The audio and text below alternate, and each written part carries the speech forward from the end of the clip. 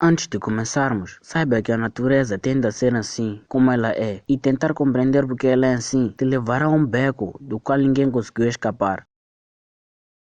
Considera a matéria como qualquer coisa que possamos tocar, uma coisa física. O universo é constituído por matéria, e essa mesma matéria ocupa um espaço em qualquer instante. Essa concepção da matéria nos leva a uma das propriedades gerais da matéria, a impenetrabilidade, que por sua vez vem com a lei da impenetrabilidade, que afirma que dois corpos não podem ocupar o mesmo espaço ao mesmo tempo. A matéria não pode atravessar outra matéria, porque existem átomos. Em 1806, o químico John Dalton propôs a teoria atômica, em que afirmava que a matéria é formada por átomos, e um átomo era indivisível, impenetrável e indestrutível. Algum tempo depois, em 1897, o físico Joseph John Thomson descobriu uma partícula com carga negativa dentro do átomo. Essa partícula é hoje conhecida como elétron. Um outro físico, Jean Baptiste Perrin, ao fazer uma experiência, descobriu que o átomo na verdade é divisível. Em 1911, o físico Ernest Rutherford propôs que um átomo possui um núcleo. Dessa forma formulou o modelo atômico conhecido hoje em dia. E mais um físico chamado James Chadwick descobriu o nêutron, que é uma partícula de carga neutra, e o próton, de carga positiva, e encontram-se no núcleo, enquanto os elétrons vagam fora do núcleo. Agora, fela, preste bem atenção. Se os elétrons vagam fora do núcleo e os prótons permanecem dentro do núcleo, por que eles não se atraem e colidem entre si? Já que as cargas são opostas e os opostos atraem-se. Essa questão foi resolvida pelo físico Niels Bohr, que provou que os elétrons orbitam o núcleo do átomo, da mesma forma que a Terra orbita o Sol.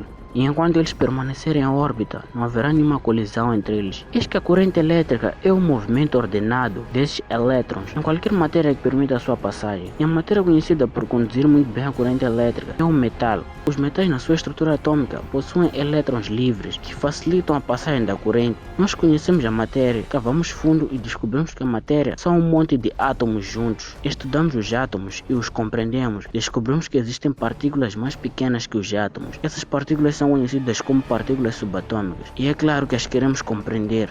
Talvez seja aqui onde a física quântica nasceu, ou não, seja o que for. A física quântica ou mecânica quântica é uma área que analisa e tenta descrever comportamentos de partículas com tamanho igual ou inferior a um átomo, as moléculas, os elétrons, os prótons e os fótons. Mas aí é onde as coisas começam a complicar-se, pois essas partículas têm o seu próprio mundo, que chamamos de mundo quântico, e para você conseguir entrar nesse mundo, teria que ficar super, mas super pequeno. O mundo quântico funciona de uma forma tão caótica que até as leis da física não são aplicadas nele, tanto que a física quântica considera que as medidas obtidas por sistemas quânticos sejam probabilidades. Até agora é considerado impossível saber a posição exata de uma partícula no mundo quântico. A sua natureza é uma verdadeira caixa de Pandora, mas algumas coisas foram bem compreendidas, como o raio-x, o decaimento radioativo e a emissão da luz. Quando o núcleo do átomo de algum elemento químico é instável, ele acaba se quebrando, liberando assim radiações eletromagnéticas e por fim desintegra-se. O núcleo só é instável quando ele possui 84 prótons. Por possuírem cargas positivas, eles acabam repelindo-se e o núcleo não consegue estabilizar tantos prótons, o que provoca o decaimento radioativo.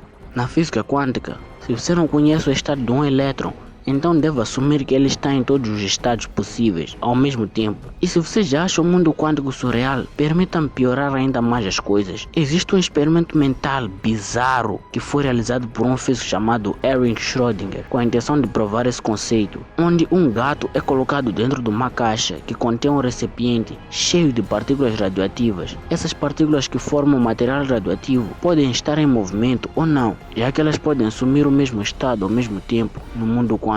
Na caixa há também um detetor de radiação, e se as partículas estiverem em movimento, o aparelho detectará a radiação. Quando o aparelho detecta essa radiação, ele aciona um martelo que quebra um frasco que contém veneno. Lembra que eu disse que as partículas no mundo quântico podem assumir vários estados ao mesmo tempo? Então, as partículas de material radioativo assumem dois estados ao mesmo tempo, onde elas se movem e são detectadas pelo aparelho que aciona um martelo que quebra o frasco de veneno, matando assim um gato, e onde elas não se movem e o aparelho não as detecta e o gato permanece vivo, o que faz com que o gato esteja vivo e morto ao mesmo tempo. Schrödinger afirmou que as duas realidades aconteceriam simultaneamente, até que a caixa fosse aberta, pois a presença de um observador acabaria com essa dualidade, e ele só poderá ver o gato morto ou vivo, não os dois ao mesmo tempo. Aí você se pergunta, como isso é possível, mano?